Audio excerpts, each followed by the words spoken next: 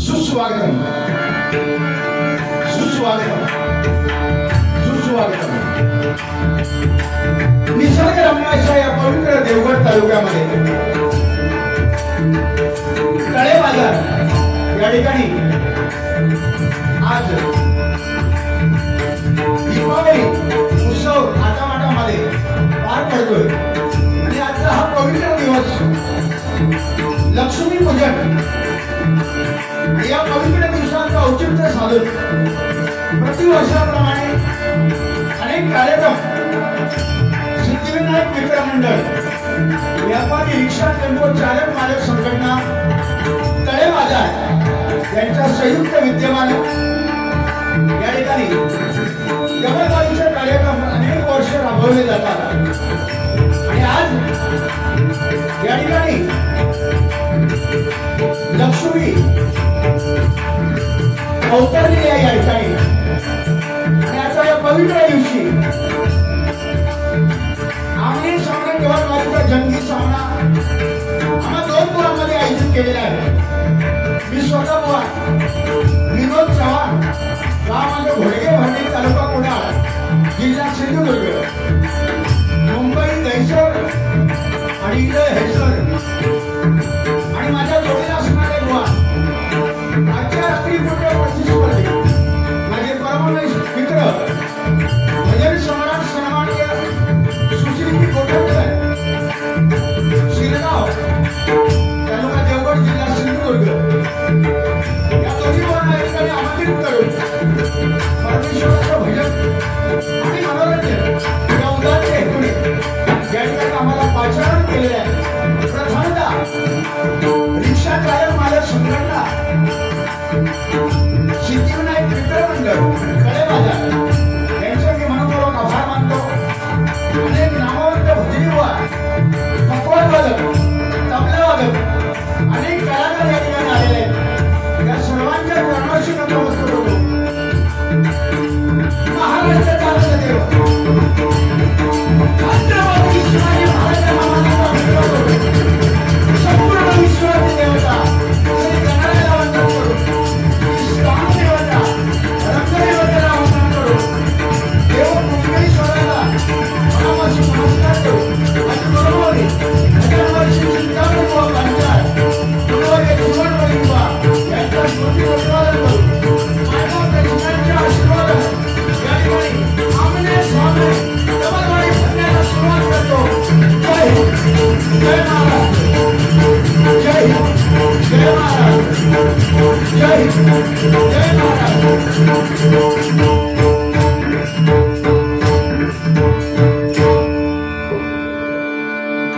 त्याचप्रमाणे आजच्या कार्यक्रमाला लाभलेले साऊंड ज्यांच्यामुळे आम्ही लोकांपर्यंत पोहोचतो त्या साऊंडवाल्यांसाठी एकदा जोरदार टाळ्या वाजवा, जोरदार टाळ्या वाजवा। अतिशय सुंदर आणि स्वच्छ साऊंड त्यांचा आहे. परमेश्वराने तुमच्या धंद्यामध्ये बरकत द्यावी.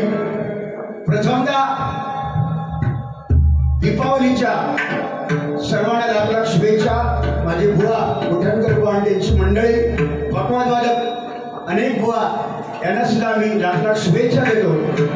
आणि या ठिकाणी भजनाची सुरुवात भजना स्वरूपामध्ये माझ्याकडे आलेली मी करतो.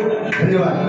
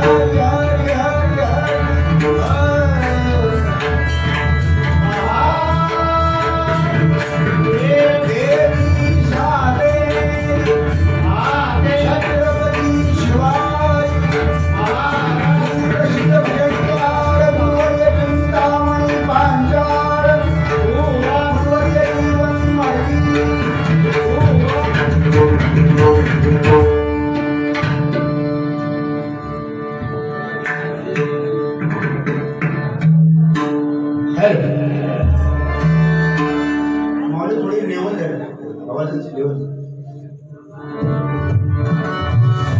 अतिशय सुंदर असं नियोजन सिद्धिविनायक मित्र मंडळ व्यापारी रिक्षा टेम्पो चालक मालक संघटना तळे बाजार यांच्या वतीने आज होतोय आजचं लक्ष्मीपूजन। आज प्रत्येकाच्या घरामध्ये लक्ष्मी आलेली आहे। मनसोक्त पूजा शुभ कार्याची सुरुवात। प्रभू रामचंद्र सुद्धा आजच्या दिवशी अयोध्येमध्ये आले वनवास बघून, आणि तो आजचा दिवस आहे लक्ष्मीपूजन। शुभ कार्याची सुरुवात गणपती बाप्पाने होते आणि आज तोच दिवस सुद्धा लक्ष्मीपूजनाचाच आहे। व्यापार दुकानदार सोनं खरेदी करतात, व्यापाराची सुरुवात करतात, दुकानदार सुरुवात करतात आणि आपल्या चोपडीवर सुरुवात करतात। आज बुवा माझ्या जोडीला गोठणकर बुवा आहेत, त्यांचं कौतुक करण्यासाठी माझ्याकडे शब्द कमी आहेत। अतिशय उत्कृष्ट गायकी, आणि आज गायकीच्या माध्यमातून प्रबोधन सुद्धा त्या ताकदीचं करतात आणि त्यांच्यावर भजन करताना जो आनंद मिळतो तो वेगळा आहे। म्हणून गोठणकर बुवा तुम्हाला शुभेच्छा देतो। एकदा माझ्या गोठणकर बुवांसाठी एकदा टाळ्या वाजवा जोरदार।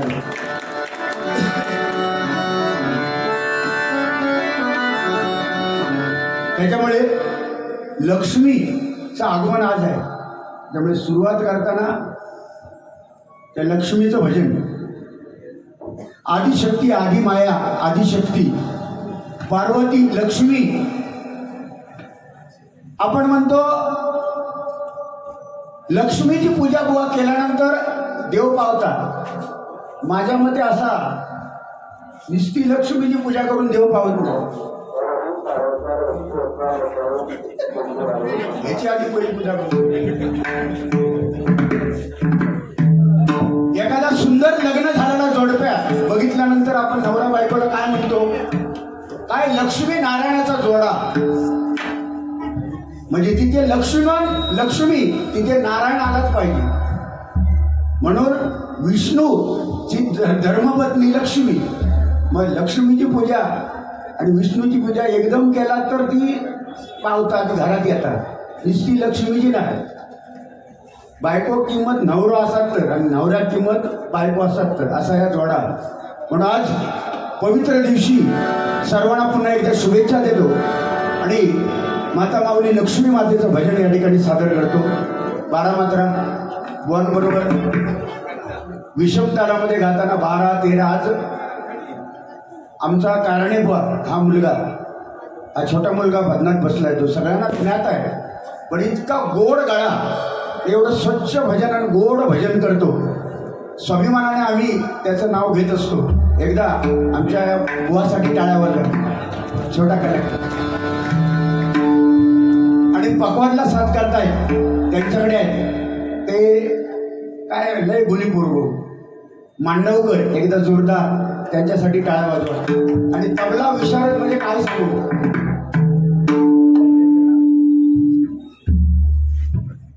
ओळखीच्या तरी मनीष निकम, आमचा मनीष निकम, काय सांगू तुम्हाला आयाना जातो।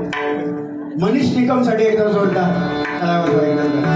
आणि मंडळी आमच्याकडे पकवानला साथ करतायत ते महेश परब यांचे शिष्य तुषार लोट, एकदा जोरदार माऊली टाळ्या वाजवा। कलाकाराला प्रेमाची थाप दिली पाहिजे। आणि तबल्याला आहे ते अभिषेक सुतार, जे सुतार असतात ते सुतार, एकदा जोरदार टाळ्या यांच्यासाठी। आणि मंडळी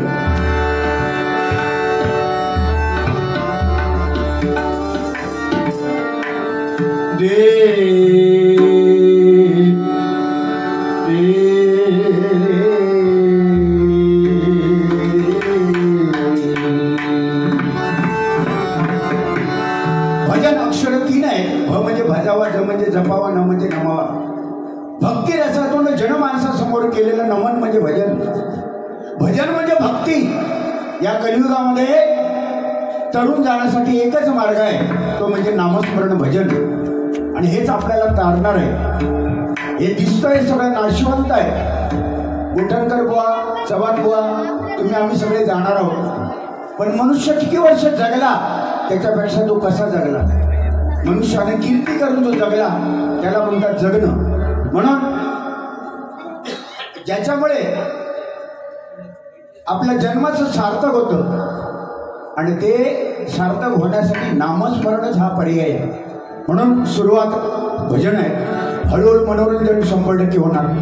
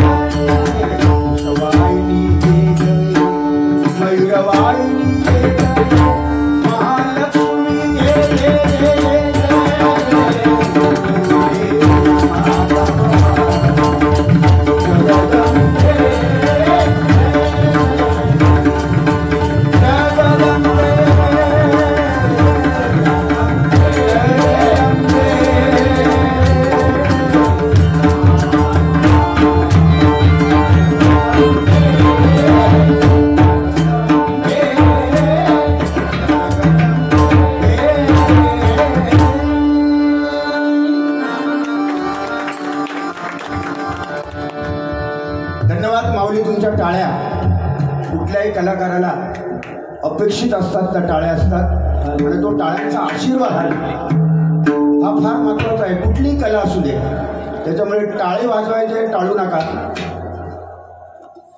कारण ब्रह्मानंद टाळी भजनामधली टाळी ही कधी फुकट जात नाही. बरोबर ना भाऊ? शेजाराचा वाढ झाला म्हणून पण टाळी वाजवणारे फुकट. शेजाराचा वाढ झाला बारा लागतो लय उडवा होतो असे पण म्हणणारे त्याच्यासाठी टाळी वाजवणार, पण ही टाळी हरिभजनामधली टाळी ही ब्रह्मानंद टाळी असते, ती कधी फुकट जात नाही. कोण कोण तंबाखू मळताना पण टाळी वाजवत, काय कसं काय बाकी असे पण टाळी होत आणि इतर पण टाळी होते, आता सांगत नाही. पण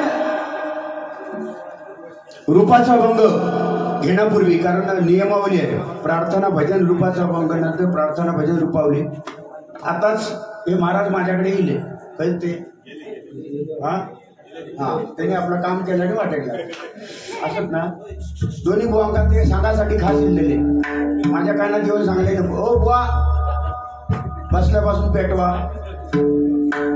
त्यांच्या कानात जाऊन काहीतरी सांगितले, बुवा काहीतरी बोला, पेटवा.